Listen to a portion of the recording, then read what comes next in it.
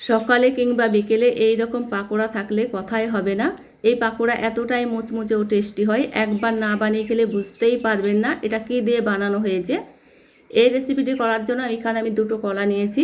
কলা দুটোকে কলার দুই পাশ কেটে নেব। দুই পাশ কেটে নিয়ে মাঝ বরাবর আমি চিট দিয়ে দেবো। আপনারা দেখেই বুঝে নিতে হবে।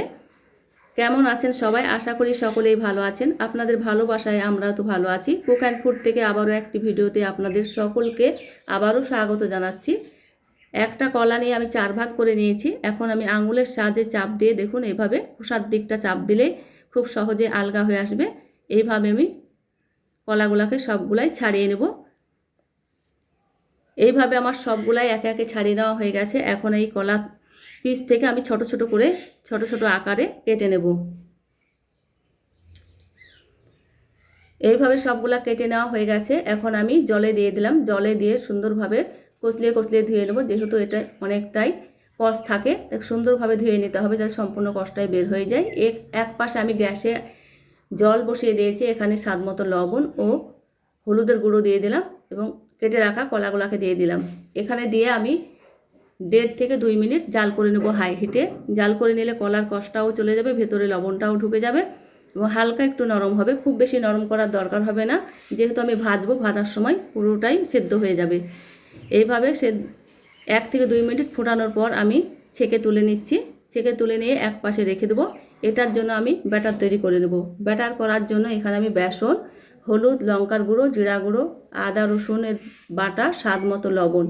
লবণ পরিমাণে একটু বুঝে দিতে হবে, যেহেতু আগে কলা ভাপিয়ে নেবার সময় লবণ দেওয়া আছে। এখানে আমি দিয়ে দিচ্ছি 5 ফোড়ন, শুকনো লঙ্কা, জিরা, মৌরি সব কিছু একসঙ্গে গুঁড়ো করে মশলাটা দিয়ে দিয়েছি। এখানে গরম মশলা, মিট মশলা যেটা চাইবে সেটাও দিতে পারেন। খুব সুন্দরভাবে আমি নাড়াচাড়া করে সময় নিয়ে এই ব্যাটারটা ফেটিয়ে নেব।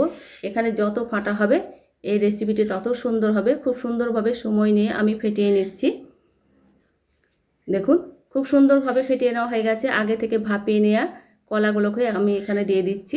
দেখুন কলাগুলো একটুও কালো হয়ে যায়নি এইভাবে ছিলে নেওয়ার কারণে। এখন আমি গ্যাসে কড়াই বসিয়ে তেল বসিয়ে দিলাম গরম করার জন্য এবং এখানে আমি যে কলাগুলো ভাপিয়ে রেখেছিলাম বেসনের সঙ্গে খুব সুন্দরভাবে মিশিয়ে নিচ্ছি। দেখুন খুব সুন্দরভাবে যখন মেশানো হয়ে গেছে, এখান থেকে একটা একটা করে নিয়ে আমি তেলে দিয়ে দিচ্ছি ভাজার জন্য।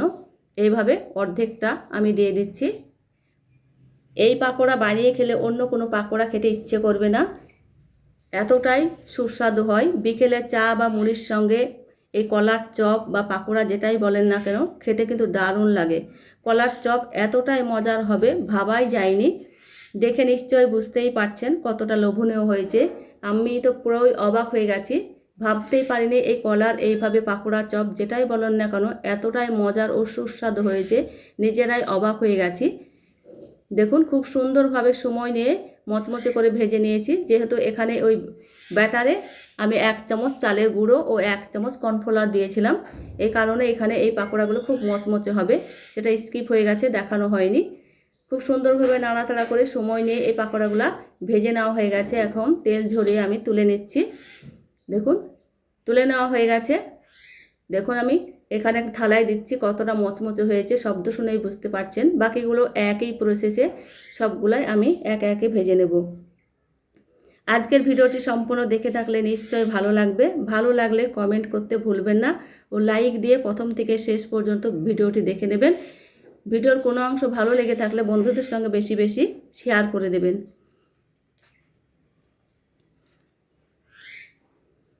দেখুন পাকোড়াগুলো সম্পূর্ণ ভাজা হয়ে গেছে।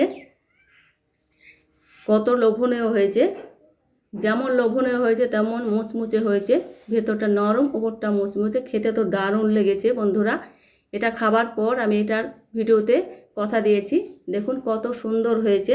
সবাই অনেক বেশি বেশি ভালো থাকবেন, সুস্থ থাকবেন। দেখুন দেখিয়ে দিচ্ছি। পরবর্তী পর্বে দেখা হবে। এখানেই বিদায় নিচ্ছি। ভালো থাকবেন ও সুস্থ থাকবেন।